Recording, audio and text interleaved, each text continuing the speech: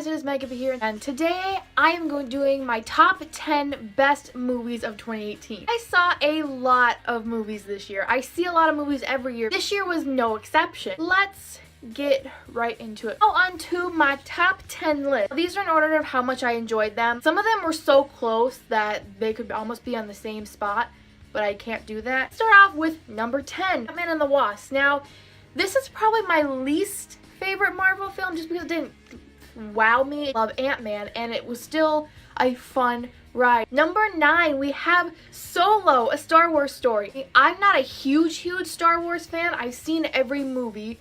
I have Star Wars merch.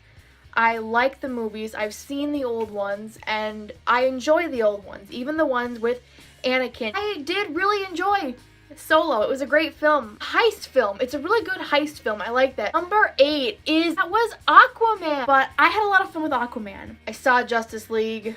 Oh my god, that was an abomination of a film. I just don't like the way DC's been doing their films besides Wonder Woman and Aquaman. The CGI for Atlantis, oh my god, some of the best CGI I have seen in years. It was so gorgeous, and Amber Heard did an amazing job as Mira. She was kick-ass, she was witty, she was a great love interest. It didn't feel insta-lovey between her and Jason. And Jason Momoa did a great job as Arthur. He was a great person. Number 7 is Christopher Robin. I grew up with Winnie the Pooh. It's a great story to show you that you don't have to push your childhood away. You can still incorporate your childhood into your life. You may be a grown-up, but you're never gonna lose that childness of you. It was just such a wonderful film. I loved it so much. Number 6 on my list is Incredibles 2. Now, this one was a long time coming. The first Incredibles movie from Pixar came out 14 years ago. So if Disney Pixar couldn't make the mark with this one, then I don't know what they were gonna do. The fact that they were able to spend 14 years on the sequel and perfect it and make it so good. The jokes were great. It still held that magic of the original Incredibles, but it updated itself. And it worked so well. The animation was the same, just tweaked a little bit to add more details. And I love the fact that it picks up exactly where Incredibles 1 left off. I love that. I waited a long time, but it was worth the wait. Number 5 is one that hits close to my heart, not just because I love the original, but because it had a section in the film that just brought back my inner child, and that was Ralph Breaks the Internet. I really love the first Wreck-It Ralph film.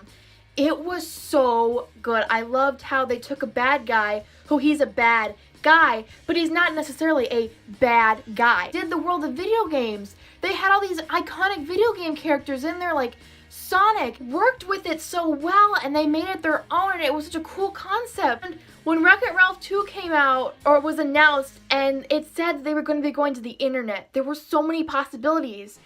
And then they said, when they made the announcement that there's going to be all the princesses in there, I started to cry. I've loved Disney for so many years, and the Disney princesses have been my role models for so many years. You can see in my shelf right now, I love Disney, X all the Jasmine stuff. And the fact that they had a scene where the princesses rant on how they always have to be saved by a strong big male and how they're all kick-ass girls, and they had them wear comfy clothes.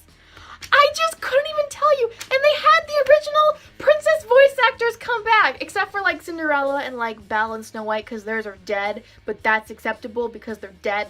We can't really do anything about it. But when I heard Linda voice Jasmine again, I just couldn't. It was just so wonderful. Number 4 belongs and goes to Spider-Man Into the Spider-Verse. I can't even tell you how excited and interested I was in this movie, not just because I love Spider-Man, because I don't know much about Miles Morales. I didn't really know anything about him before going to see this film, and I learned so much about him in this film. It was a great introduction into him as a character. He was just a great character, and I really loved him. And the style of animation in this movie, it's like CGI animation, but it's also like comic book-esque, and it's not cheesy. It really works. I just had a blast with this movie. Like, I love Spider-Man, and I'm glad they brought all these different Spider people in. It was great. I just had a really fun time with this film. We are now down to the top 3. Now, I'm sure you can probably guess what 3 movies I've seen this year that haven't made it on my list yet that are going to be 1, 2, and 3. Number 3 to Black Panther, Wakanda Forever! Going into this film, we had gotten a little bit about Black Panther in Civil War, which I liked what I saw. And when we opened to Black Panther, oh my god, this movie is a groundbreaking movie, not just in the Marvel and Disney world, but in the culture world. It was a great way to see modern cultures and technology mixed with the greatness that is African history. So well done. It's so good. Like, I can't stop praising Black Panther. It's so groundbreaking. The movement and the impact it has had on the world is incredible. Chadwick Boseman did a great job. Shuri is a great kick-ass character. Okoye, I love this film. We are on to the top 2. Now, number 2 and number 1 were neck and neck. Both gave them a 10 out of 10. Number 2 is Infinity War.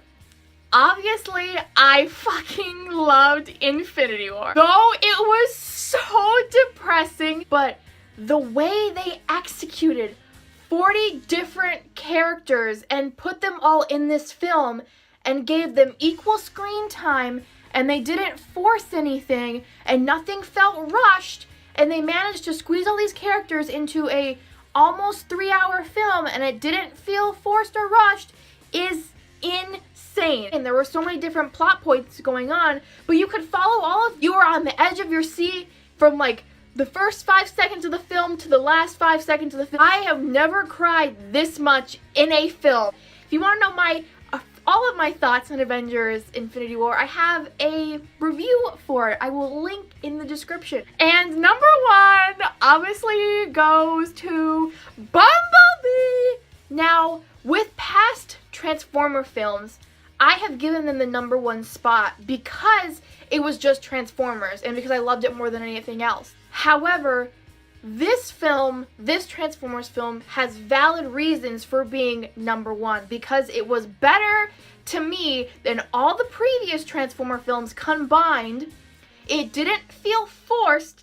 It didn't feel rushed. It had a great plot, great character interactions, likable human characters, and the villains had names. They didn't just die one after another. There wasn't mindless explosions. It was a well done film. Level of excitement for this film when I found out that Travis Knight was directing it, who had done work for Laika before, like on Coraline, which I love Coraline, and he was passionate about Transformers. I was excited to see where his direction was going, and then we got our first trailer, which I have a reaction to the first couple trailers. I will link those in the description as well.